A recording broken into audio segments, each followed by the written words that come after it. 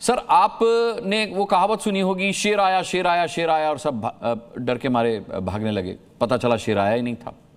फिर अफवाह फैली, शेर आया शेर आया शेर आया शेर आया, फिर सब डर के मारे भागने लगे, शेर आया नहीं था। तीसरी बार फिर हल्ला मचा, शेर आया शेर आया। लोगों ने कहा यार ये तो अफवाह है, कोई शेर वेर नहीं आता। इस बार सच में शेर आया था और 2-4 को निपटा गया, खा गया।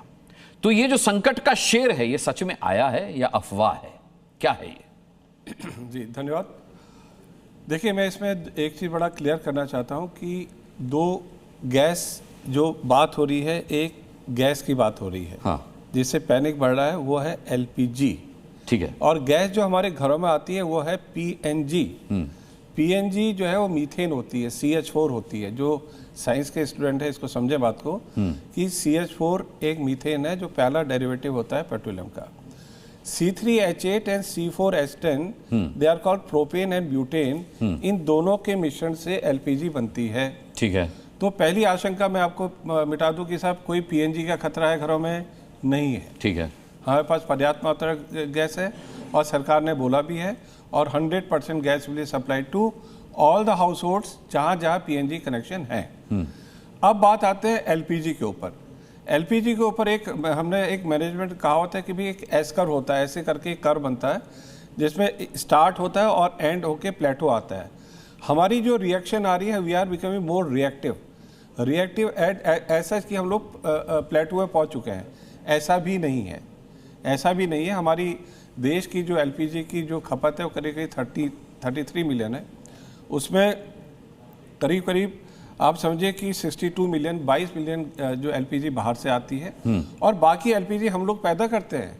और जो गवर्नमेंट के आदेश के अनुसार उन्होंने बोला है जितने भी प्लांट हैं जहां पर एलपीजी की प्रोडक्शन हो सकती है, जहां पर प्रोपेन ब्यूटेन बन रहा है, आप पहले वहां पर प्रोपेन ब्यूटेन को बढ़ाइए, आप वहां एलपीजी लगाइए, और at the cost of petrochemical. अगर पेट्रोकेमिकल बंद भी करने पड़े, आप बंद करिए। ठीक है। तो जहां तक एलपीजी का सवाल है, हाँ चिंता का विषय है, लेकिन अभी इतना रिएक्टिव होने की आवश्यकता नहीं है। प्रियंका गुप्ता जी, अब एक्सपर्ट से भी मैंने जानकारी ले ली, प्रधानमंत्री ने भी कह दिया कि संकट नहीं और हुआ भी तो हम निपटने की स्थिति में हैं। पेट्रोलियम मंत्री ने अभी सदन में बयान दे ही दिया है कि मौजूदा स्थिति क्या है। उसके बावजूद ये जिस तरीके का पैनिक फैलाया जा रहा है और जिसका इल्जाम, जिसका आरोप विपक्ष के ऊपर आ रहा है, इस पर क्या कहना है आपका कि मौजूदा स्थिति से आप लोग वाकिफ नहीं हैं, उसके बाद अफवाह फैला रहे हैं कि भाई शेर आ गया, शेर आया, कैसे आया शेर? सरकार जवाब दे, शेर आया क्यों, शेर कहां से आया? शेर तो आया ही नहीं है अभी।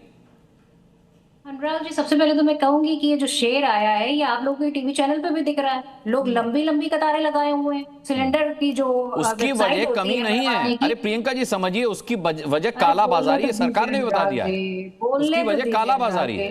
अरे वो तो देखिए, काला बाजारी भी हो रही है तो जिम्मेदार तो आप ही है ना। क्यों काला बाजारी हो रही है? आपने उसको एसेंशियल कमोडिटी में क्यों डाल दिया? क्यों डाला आपने? इसलिए डाला ना कि आपको पता है काला बाजारी भी होगी, जमाखोरी भी होगी। पर हकीकत ये है कि आज परेशान कौन? परेशान तो आम आदमी है ना हिंदुस्तान का। फादरलैंड का तो कोई व्यक्ति परेशान नहीं है यहाँ।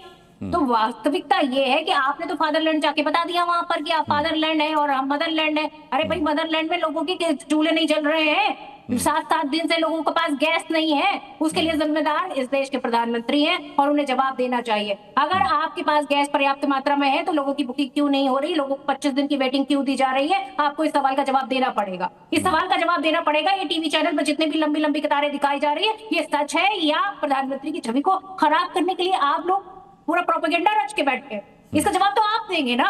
इसका जवाब कांग्रेस नहीं देगी। कांग्रेस ये चाहती है कि आप इस स्थिति को क्लियर करिए। आप बताइए कि किस तरीके से फूड बिजनेस आज पूरी तरीके से खत्म होने के कगार पे आ चुका है, और लगातार इससे जो रिलेटेड इकोनॉमी है, जिससे छोटे जो उद्योग है, जिसे कहना चाहिए कि फूड जॉइंट्स होते हैं, वो सब कहाँ जाएंगे भाई साहब? आप उनको गैस नहीं प्रोवाइड कर रहे हैं। आप उनकी जो एक लोअर लेवल इकोनॉमी है उसको पूरी तरीके से खत्म कर रहे हैं, जो इस देश के लिए बहुत है नुकसानदायक है। आप बताइए कि फूड सेक्टर बंद क्यों हो रहे हैं? फिर आप प्रोवाइड नहीं करवा पा रहे हैं या आपकी ठीक है।